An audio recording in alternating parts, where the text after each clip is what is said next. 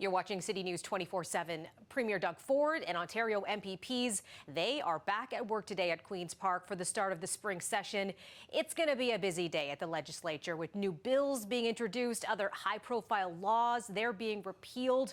Our Tina Yazdani has been at Queen's Park all day, taking in the action, talking to those key provincial figures. Tina, one controversial law, it is already on the chopping block. Yeah, Melissa, and as you said, it has been a busy first day back at the Legislature. As you mentioned, opposition members do have their eyes on Bill 124. Of course, the Ford government has promised to repeal that wage restraint law after two Ontario courts called it unconstitutional. When they're actually going to undo the law, it's unclear at this point. Now, this law actually capped salary increases at 1% for hundreds of thousands of public sector workers. Once they do repeal it, the government will be on the hook for billions of dollars in back pay. Ontario's financial watchdog recently estimating it could cost the government $13 billion. And some sectors like teachers have already been receiving that retroactive pay. The very first question today to the Premier was regarding Bill 124. Take a listen.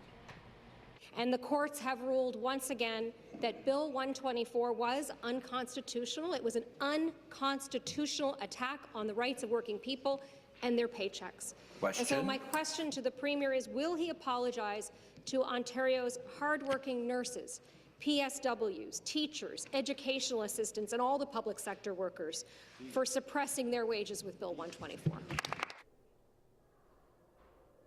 Now, this law has been largely blamed for worsening staffing shortages inside hospitals as nurses leave at record rates. Melissa. Now, another huge talker today, it also has a bit of a catchy name, the Get It Done bill. What's that one all about, Tina? Yeah, the government's set to introduce that new legislation this afternoon, and based on the campaign slogan Doug Ford ran on back in 2022, the Get It Done Act is basically going to ban any new tolls on provincial highways, enable automatic license plate renewals, and force future provincial governments to hold a referendum if they want to introduce a carbon tax. So it is multi-layered.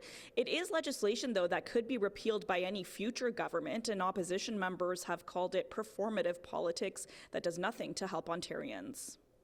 I think this is just another attempt, another stunt, if you will, a desperate attempt to deflect from what's going on with the Conservative caucus, with the reversals, the scandals, the insider deals. Let's remember that this is a government that's still being criminally investigated by the RCMP. The Get It Done Wrong Act is actually going to take Ontario backwards. It's performative politics at its worst, distracting from the Ford government's failure in addressing the housing crisis and the fact that they've made access to health care worse.